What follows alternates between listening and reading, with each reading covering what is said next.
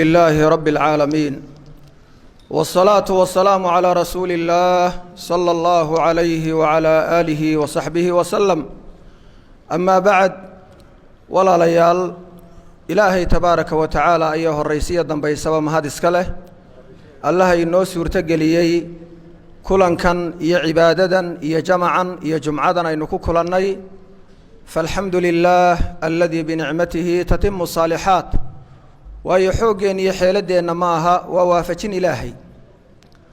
وحكلو إنه هاد نقينا وإنه سود ويننا وجمعة مانتا إن جلس وقيب قلي ولكن محمد مبارك ومحمد بيك أدمرك ورو تقانين إسقنا وإنه سود ويننا إله وافجي طريق الصحدة وعكت سارينا إلهنا وإنه هاد نقينا isagana dhiiranaantaas iyo go'aan qaadashadaas uu go'aanka qaatay ee mar walba farxadda walaalihii la wadaagayo si gaar ah ugu mahadinaynaa.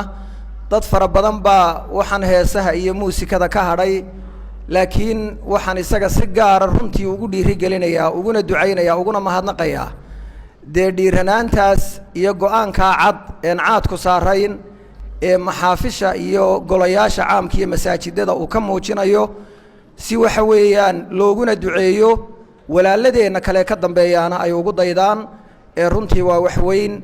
waxaan xasuusanahay muddo ka hor ayaa waxaan dhageystay muuqaal uu soo duubay nin la oran jiray markii hore Axmed Biif, imikana Axmed Khayr la yiraahdo, daayirtiya dhalinyartu u khudbadeynay ina kaasi oohin iyo ilmo uu hadli kari lahaa. wallahi alladhi la ilaha ghayruhu intaan dhageysanaya anna oohinta waan ku daray. sababtu waxay ahayd isagoo ka damqanayo ka tiraayaysa wuxuu soo maray iyo ilaahay siduu u karaameeyay iyo khayrka iyo jannada uu helay cagta uu galiyay, farxadda uu dareemayo iyo wanaaga uu markaa ku jiro iyo wuxuu hore u soo maray. dareenkaas ku kalifay indhihiisa ilmadii inuu haysan kari waayo, aniguna aan dhageysan kari waayo. horta walaalkay Maxamed Mubaarak ilaahay ha barakeeyo, waan ugu ducaynaynaa. waxaan ilaahay subxaanahu wa tacaala ku weydiisanayaa magacaantiisa wanaagsan iyo sifaadkiisa sare. walaalkeen xaqa iyo dariiqa toosan uu doortay allah ku sugo, ilaahay ha ku sugo, ilaahay ha ku sugo, allah u ziyaadiyo. kuwa ka dambeeyana ilaahay dariiqa uu tusay iyagana allah tuso. walaalkeen wuxuu ka soo baxay ee uu ka toobad keenay wax xun buu ahayo ilaahay ka soo saaray, khayrna waa soo galay. waxaynu ilaahay u weydiinaynaa wax ka wanaagsan rabbi inuu ugu bedelo diin iyo dunyaba. wax ka wanaagsan allah ugu bedelo, ilaahay wax ka wanaagsan diin iyo dunyaba rabbi ha ugu bedelo. walaalkeen ducada kadib waxaan ka codsanayaa Maxamed Mubaarakow, carabkaagii iyo afkii wanaagsanaaye ilaahay kugu arsaaqay ee laga yaabo in fara badan wax kale inay ka soo baxeen. horta wixii hore oo dhan dadka inaad ogeysiisood kuna dadaasho in la masaxo, inta noloshaada ka hadhayna nicmadu rabbi ku siiyay inaad quraanka geliso, inaad diinta geliso, inaad u fariisato. in badan aanu aragno Maxamed Mubaarak oo ku luuqaynaya hadalka ilaahay jalla jalaaluhu, inaan aragno Maxamed Mubaarak oo halka mixraabka nagu tukanaya quraanka rabbi oo qalbigeyga nagu qoynaya. taasaan ilaahayna ka rajaynaynaa, adigana aan kugu waaninaynaa. masaajidkeena Rashiid waanu kugu soo dhawaynaynaa.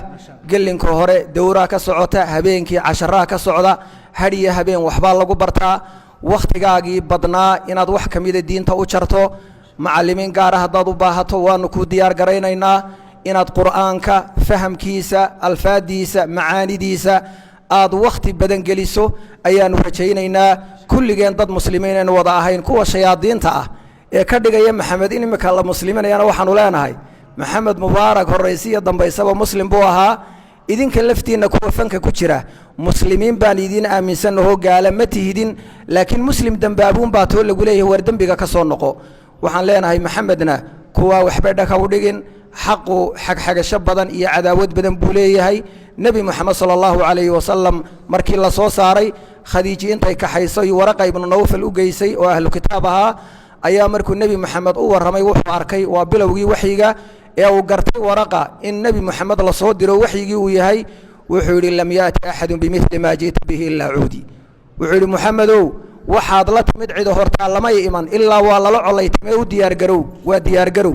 marka Maxamed waxaynu leenahay qof kastoo tubta toosan iyo dariiqa xaq qaada cadaawad badan buu la kulmayaa dacaayad badan buu la kulmayaa dheg jalaq hawsin waxaanad aamintaa ood ku qalbi qabowdaa ilaahay markuu tilmaamay cadaawadda ambiyada wuxuu ku gabagabeeyo uu yidhi wakadalika jacalnaa likulli nabiyin caduwan min almujrimiin nebi kasta waxaan u yeelay kuwa cadow oo mujrimiin oo xumafalayaala waa kuwa shaqada shaydaanka haya laakiin waxaad kaga bogsataa ood kaga aamin noqotaa wakafaa birabbika haadiyan wanasiira waxaa lagu gebagabeeyey nebi moxamedow ilaahay baa kuwaa kaaga filan ku hanooninaya kuu hiilinaya maxamed mubaarago waxaanu ku leenahay wakafaa birabbika haadiyan wanasiira hadday hadalka kugu badiyaan rabbi baa kugu filan oo sharkooda kaa kaafinaya u adkayso wakhtigaagana qur'aanka iyo diinta geli waanu ku soo dhowaynaynaa waananu ku ducaynaynaa adiguna wixii waanaa walaaladaa la wadaag